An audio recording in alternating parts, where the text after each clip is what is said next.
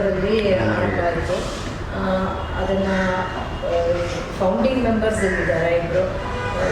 ಶ್ರೀ ಹರಿರಾಮ್ ಮೂರ್ತಿಜಿ, ಟ್ರಾನ್ಸ್ disciplinary university ಶುರುವಾಯಿತು ಈ ಪಾರಂಪರಿಕ ವೈದ್ಯ ಪರಿಷತ್ ಕರ್ನಾಟಕದ ಇದೇ ಥರ ಪರಿಷತ್ಗಳು ತಮಿಳುನಾಡಲ್ಲಿದೆ, ಆಂಧ್ರದಲ್ಲಿದೆ, ಕೇರಳದಲ್ಲಿದೆ, ಹೀಗೆ ಬೇರೆ ಬೇರೆ ಕಡೆ ಇದೆ, ಛತ್ತೀಸ್ಗಢದಲ್ಲಿ, ಹೀಗೆ ಎಲ್ಲ ಕಡೆಯೂ ಇದೆ.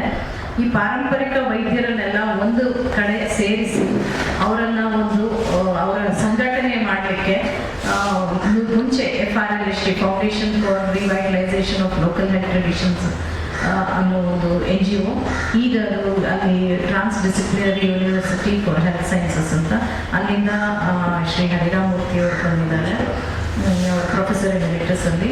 ಹಾಗೆ ನಮ್ಮ ಜೊತೆಗೆ ಡಾಕ್ಟರ್ ಸತ್ಯನಾರಾಯಣ್ ಬರ್ತಿದ್ದಾರೆ.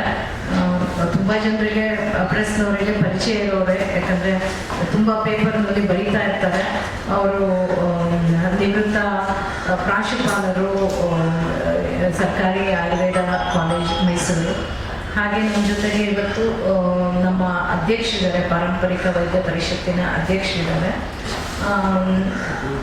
ಮಹದೇವಯ್ಯ ಅಂತ ಹೇಳಿ. ಅದ್ರ ಜೊತೆಗೆ ವೀರಣ್ಣ ಅಂತ ಇವರು ಸೆಕ್ರೆಟರಿ.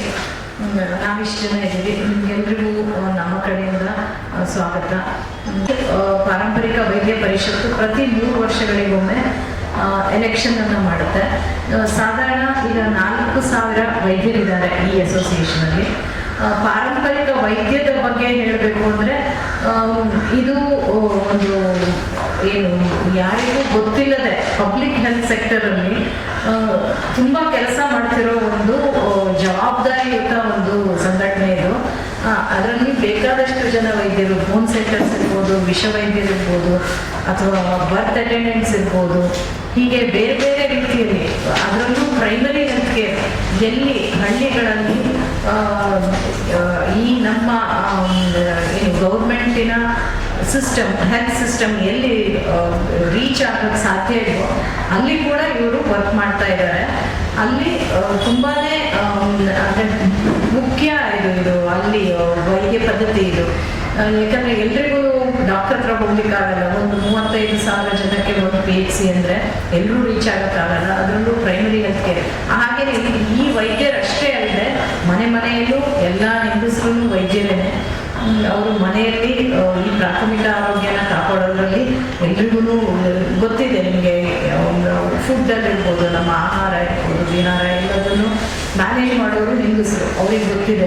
ಆಮೇಲೆ ಆ್ಯಂಟಿನೇಟಲ್ ಅಥವಾ ಪೋಸ್ಟ್ ನೇಟಲ್ ಕೇರ್ ಅಂದರೆ ಮಗು ಬಾಣಂತನ ಇರ್ಬೋದು, ಅಥವಾ ಗರ್ಭಿಣಿ ಸ್ತ್ರೀಗೆ ಯಾವ ರೀತಿಯ ಕೇರ್ ಕೊಡಬೇಕು, ಇದನ್ನು ಮನೆಯಲ್ಲೂ ಮಾಡ್ತಾ ಇದ್ದಾರೆ. ಸೊ ಇದರ ಸಂಘಟನೆ ಮಾಡಲಿಕ್ಕೆ ಆಗ ಹಿಂದೆ ನಮ್ಮ ಜೊತೆಗೆ ಇನ್ನೊಬ್ರು ಇದ್ರು, ಇವತ್ತು ಬಂದಿಲ್ಲ, ಅವರು ಬರಬೇಕಿತ್ತು, ಶ್ರೀಕಂಠಯ್ಯ ಅಂತ ಹೇಳಿ, ಅವರು IFS ಆಫೀಸರು, ಅವರು ಕೂಡ ಇದರಲ್ಲಿ. ಮತ್ತು ಇನ್ನೊಂದು ನೀರಜಾಕ್ಷಿ ಅಂತ DHAK ಅಂತ ಒಂದು ಆರ್ಗನೈಸೇಷನ್, ಇವರೆಲ್ಲ ಫೌಂಡರ್ಸ್ ಇದ್ದರು. ಇನ್ನೊಬ್ಬರು ಉಪೇಂದ್ರ ಶೆಣಾಯ್ ಅಂತ, ಅವರು ಈಗಿಲ್ಲ. ಸೊ ಇಷ್ಟು ಜನ ಫೌಂಡರ್ಸು ಇದನ್ನು ಶುರು ಮಾಡಿದರು ಸಂಘಟನೆಯನ್ನು. ಇದು 3 ವರ್ಷಗಳಿಗೊಮ್ಮೆ ಎಲೆಕ್ಷನ್ ನಡೆಯುತ್ತೆ ಈ ಸಂಘಟನೆಗೆ.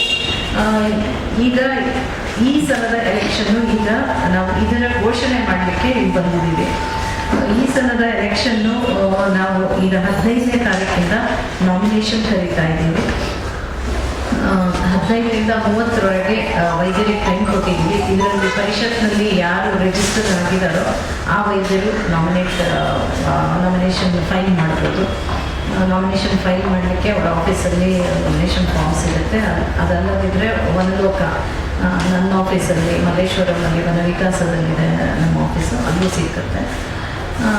ಅದ್ರ ಜೊತೆಗೆ ವೈದ್ಯರು ಬೇರೆ ಎಲ್ಲೂ ಕೆಲವೊಂದು ಕಂಡೀಷನ್ಸ್ ಇದೆ, ಎಲ್ಲೂ ಕೆಲಸ ಮಾಡ್ತಾ ಇರಬಾರ್ದು, ಬೇರೆ ಅಥವಾ ಬೇರೆ ವೈದ್ಯಕೀಯ ಪದ್ಧತಿಯನ್ನು ಅವರು ಪ್ರಾಕ್ಟೀಸ್ ಮಾಡ್ತಾ ಇರಬಾರ್ದು, ಅಥವಾ ಆಶಾ ವರ್ಕರು, ಫಾರ್ಮಸಿನೋ ಈ ಥರ ಇರಬಾರ್ದು ಅಂತೇಳಿ. ಇದಿಷ್ಟು ಈ ಎಲೆಕ್ಷನ್ನ ಪ್ರಕ್ರಿಯೆ ಬಗ್ಗೆ ನಾನು ಹೇಳಬೇಕಾಗಿರೋದು.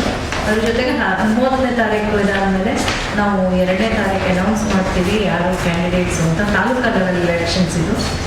ಆಮೇಲೆ ಎಲೆಕ್ಷನ್ ಆ್ಯಕ್ಚುಯಲ್ ಎಲೆಕ್ಷನ್ 22ರಿಂದ ಇದೆ. ನವೆಂಬರ್ 21ರಿಂದ ನಡೆಯುತ್ತೆ. ಅದು ಬೇರೆ ಬೇರೆ ಒಂದು 3-4 ಡಿಸ್ಟ್ರಿಕ್ಟ್ ಸೇರಿಸಿ ಒಂದು ಕಡೆಗೆ ಎಲೆಕ್ಷನ್ ಮಾಡ್ತಾರೆ. ಇದಿಷ್ಟು ಇದ್ರದ್ದು ನಮಸ್ತೆ. ಈಗ ನಾವು ಡಾಕ್ಟರ್ ಸತ್ಯನಾರಾಯಣ ಭಟ್ರಿಗೆ ಕೊಡ್ತೀವಿ.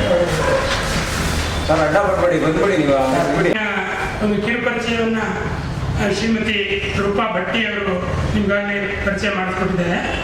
ಇದರಲ್ಲಿ ಒಂದು ಪಾಂಪ್ಲೆಟ್ನ ನಾನು ಈಗ ನನಗೆ ನನ್ನ ಸಂಗ್ರಹದಲ್ಲಿ ಇದ್ದಿದ್ದು 2001ನೇ ಇಸ್ವಿ ಭಾನುವಾರ ಒಂದು ತಾಲೂಕು ಮಟ್ಟದ ಪಾರಂಪರಿಕ ವೈದ್ಯರ ಗೋಷ್ಠಿಯನ್ನು ನಾವು ಒಂದು ಪುಟ್ಟ ಗ್ರಾಮದಲ್ಲಿ ಕಂಡಕ್ಟ್ ಮಾಡಿದ್ವಿ. ಇದು ಪುತ್ತೂರಿನ ಹತ್ತಿರದ ಒಂದು ಪಾಣಜೆ ಅನ್ನುವಂಥ ಒಂದು ಹಳ್ಳಿಯ ಪ್ರದೇಶದಲ್ಲಿ ನಡೆದಿದೆ.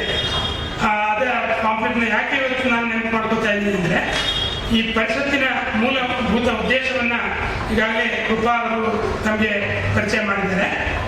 ಅಲಿಖಿತ ಕೇವಲ ಮೌಖಿಕ ಪರಂಪರೆಯ ವೈದ್ಯ ವಿಷಯಗಳನ್ನು ಜಾಗೃತಿ ಮೂಡಿಸುವ ಜೊತೆಯಲ್ಲಿ ದಾಖಲಾತಿ ಮಾಡುವಂತಹ ಅವಕಾಶಗಳಿಗೆ ಈ ವೇದಿಕೆಯನ್ನು ನಾವು 25 ವರ್ಷಗಳ ಹಿಂದೆ ಸಮಾನ ಮನಸ್ಕರಾದಂತಹ doctor Hariramamurthy, myself doctor Satyanarayana Bhat, ಹಾಗೆಯೇ ಇನ್ನೊಬ್ಬರು ತುಂಬ ಕೆಲಸ ಮಾಡಿದಂತಹ ಅರಣ್ಯ ಅಧಿಕಾರಿಗಳಾದಂತಹ ಜಾನಂ ಶ್ರೀಕಂಠಯ್ಯ, ಅನಂತರ voluntary health association of Karnataka ಅದರ ಒಬ್ಬ ಸಂಸ್ಥಾಪಕಿಯಾಗಿದ್ದಂತಹ ನೀರಜಾಕ್ಷಿ, ಎಲ್ಲಕ್ಕಿಂತ ಹೆಚ್ಚಾಗಿ ಒಬ್ಬ ವೈದ್ಯರೇ ಆಗಿದ್ರೂ ಕೂಡ ಈ ರೀತಿಯ ಗ್ರಾಮೀಣ ಸ್ತರದ ತಳಮಟ್ಟದ ಜನರ ಜೊತೆ ಸದಾಕಾಲ ಬೆರೀತಾ ಇದ್ದಂತಹ ದಿವಂಗತ ಶೃಂಗೇರಿ ಮೂಲದ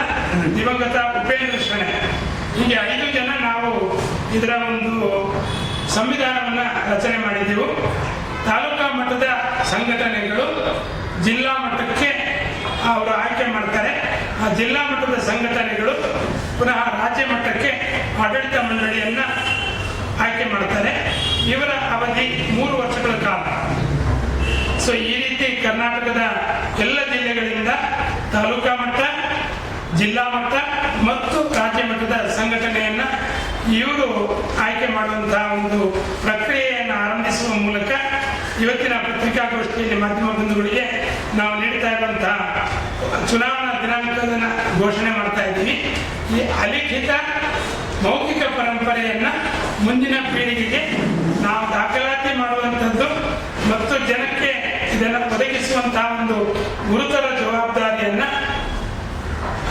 ಈ ಪರಿಷತ್ತು ಹೊಂದಿದೆ. 25 ವರ್ಷಗಳ ಹಿಂದೆ ಈ ಸಂವಿಧಾನವನ್ನು ನಾವು ರಚನೆ ಮಾಡಿದ್ವಿ. ಅದನ್ನು ನೋಂದಾಯಿತ ಸಂಸ್ಥೆ ಅಂತ ಅಂದ್ಬಿಟ್ಟು ಆಗಲೇ ನೋಂದಾವಣೆ ಆಗಿದೆ. ಹೀಗೆ 25 ವರ್ಷಗಳ ಒಂದು ಹಾದಿಯನ್ನು ಕ್ರಮಿಸಿರುವಂತಹ ಒಬ್ಬ ಯುವಕ ಈ ಸಂಸ್ಥೆ ಅಂತ ನಾನು ಕೂಡ ತುಂಬ ಹೆಮ್ಮೆಯಿಂದ ಪಾರಂಪರಿಕ ವೈದ್ಯ ಪರಿಷತ್ತನ್ನು ನಾನು ಹೇಳ್ಕೊಳ್ತಾ ಇದ್ದೀನಿ. ನಾನು ಶಿಷ್ಟ ವೈದ್ಯ ಪರಂಪರೆಯ ಒಬ್ಬ ಪದವೀಧರ, ಸ್ನಾತಕೋತ್ತರ ಪದವೀಧರ, ಸಸ್ಯಶಾಸ್ತ್ರದಲ್ಲಿ PhD ಪಡೆದಿರುವಂತಹ ಒಬ್ಬ ವೈದ್ಯ. ಅನೇಕ 1500 ಗಿಡಮೂಲಿಕೆಗಳಿದೆ. ಆ ಗಿಡಮೂಲಿಕೆಗಳನ್ನು ಗೊತ್ತಿರುವ ವೈದ್ಯರು ಇವರು ಅದನ್ನು ಸಾಕಷ್ಟು ದಾಖಲಾತಿಗಳು ಮಾಡಿ ಡಾಕ್ಟರ್ ಸತ್ಯನಾರಾಯಣ ಭಟ್ಟು ಒಂದು 1000 ಲೇಖಗಳು ಬರೆದಿದ್ದಾರೆ.